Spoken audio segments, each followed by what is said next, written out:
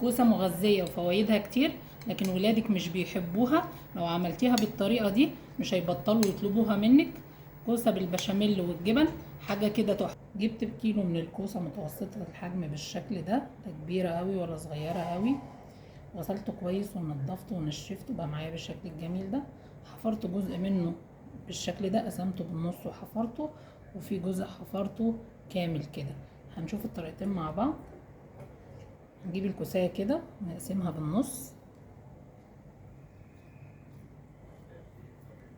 بالشكل ده، واحددها بس بحرف السكين كده، وبعدين اقطعها كده السكينه،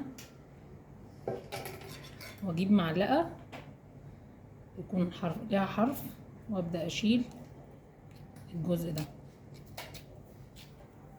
لحد ما تبقى معايا بالشكل ده. الطريقه التانية هقطع كده حته من فوق، وهحدد برضو بالسكينه كده كده كده، وبعدين اقطعها كده بالسكينه برضو، واجيب المعلقه وابدا افرغها. بقت معايا الكوسايه بالشكل ده. عايزه تعمليها كوسايه كامله تمام، عايزه تقسمي الكوسايه نصين كده تمام، الاتنين حلوين. حله على النار فيها معلقه زيت ومعلقه سمنه، انزل عليها ببصله متقطعه مكعبات صغيره او مفرومه. دبلة البصله معايا بالشكل ده. هنزل عليها بنص كيلو من صدور الفراخ المتقطعه مكعبات صغيره، مغسوله ومتنشفه كويس من الميه. غير لون الفراخ معايا بالشكل ده. هبشر عليها فصين من الثوم الكبار، او لو تحطيه ثوم مفروم عادي.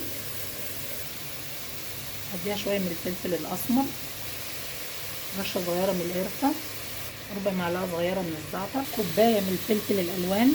دبل معايا الفلفل الالوان بالشكل ده. هنزل عليها بمعلقتين من الصلصه انا مفرزاها. هنزل بكوبايه من مكعبات الطماطم الصغيره،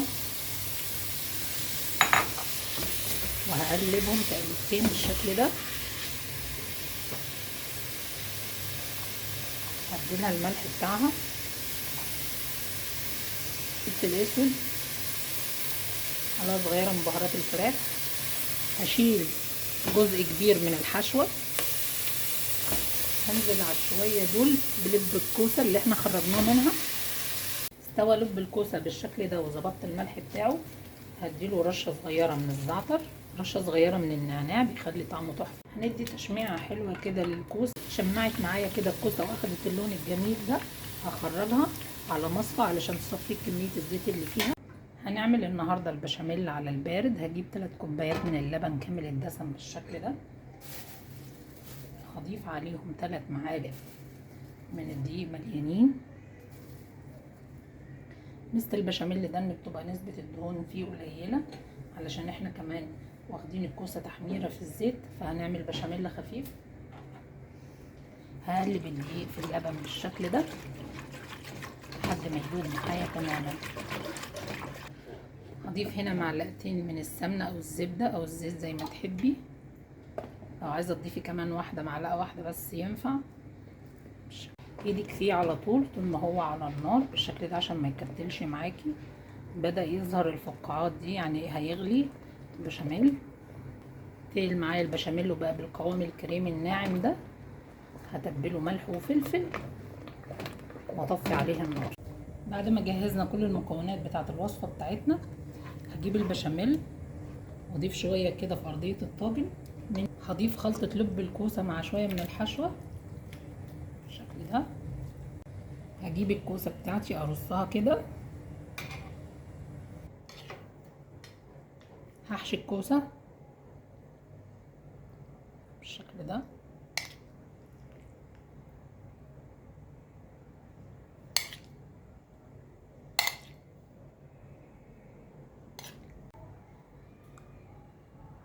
هضيف صوص البشاميل. هضيف على الوش كمان شويه ميكس جبن او اي نوع جبنه عندك بتفضليه حطيه، وهي خطوه اختياري بتدي طعم حلو. لو مش عايزه تضيفيها ما تضيفيهاش. هدخلهم الفرن لحد ما الجبنه معايا تسيح، وبعدين اشغل عليهم الشوايه اديهم لون ذهبي. شكل الكوسه بتاعتنا بعد ما خرجت من الفرن، بعد ما ساحت الجبنه واخدت اللون الجميل ده، حاجه كده تحفه. جربيها بالطريقه دي هتعجبك جدا.